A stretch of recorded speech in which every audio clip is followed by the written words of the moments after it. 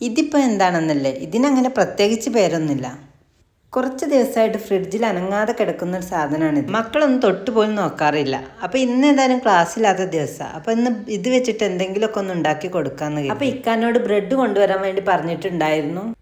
അത് കൊണ്ടുവന്നതിന് ശേഷം ഇതാ ഒരു ഗ്ലാസ് എടുത്തിട്ട് ഇങ്ങനെ റൗണ്ട് രൂപത്തിലാക്കി എടുത്തിട്ടുണ്ട്. ആദ്യം ഞാൻ 2 ബ്രെഡ് വെച്ചിട്ട് ഇങ്ങനെ റൗണ്ടാക്കി എടുക്കാൻ നോക്കി. അപ്പോൾ ഇതിൽ വൃത്തിക്ക് കിട്ടിയിട്ടുണ്ടായില്ല. പിന്നെ ഞാൻ ഓരോന്ന് വെച്ച് നോക്കിയപ്പോൾ അത് നല്ല വൃത്തിക്കായിട്ട് തന്നെ കിട്ടി. ഇനിയിപ്പോൾ ഇതാ ഓരോന്നിൻ്റെ മേലായിട്ട് നമുക്ക് കുറച്ച് ജാം തേച്ച് കൊടുക്കാം. പിന്നെ അതിൻ്റെ മേലായിട്ട് വേറൊരു പീസും കൂടി വെച്ച് കൊടുക്കുക. ബ്രെഡിൽ ഇങ്ങനെ ജാമം തേച്ച് കഴിക്കാത്ത മക്കളാണെങ്കിൽ ഇതാ ഇങ്ങനെ ചെയ്ത് കൊടുത്താൽ ഉറപ്പായിട്ടും അവർ കഴിച്ചിരിക്കും. അങ്ങനെ ഇതാ എല്ലാതും കൂടി ഞാനിവിടെ റെഡിയാക്കി എടുത്തിട്ടുണ്ട്. ഇനി നമുക്കിത് നെയ്യിൽ ടോസ്റ്റ് ചെയ്തെടുക്കണം. അപ്പോൾ ഒരു പാൻ എടുത്തിട്ട് നെയ്യ് അതിലാക്കി കൊടുത്തിട്ട് ഇത് അതിൽ വെച്ച് കൊടുക്കുക. ഒരു ഭാഗം റെഡി ആയതിന് ശേഷം മറിച്ചിട്ട് കൊടുക്കുക.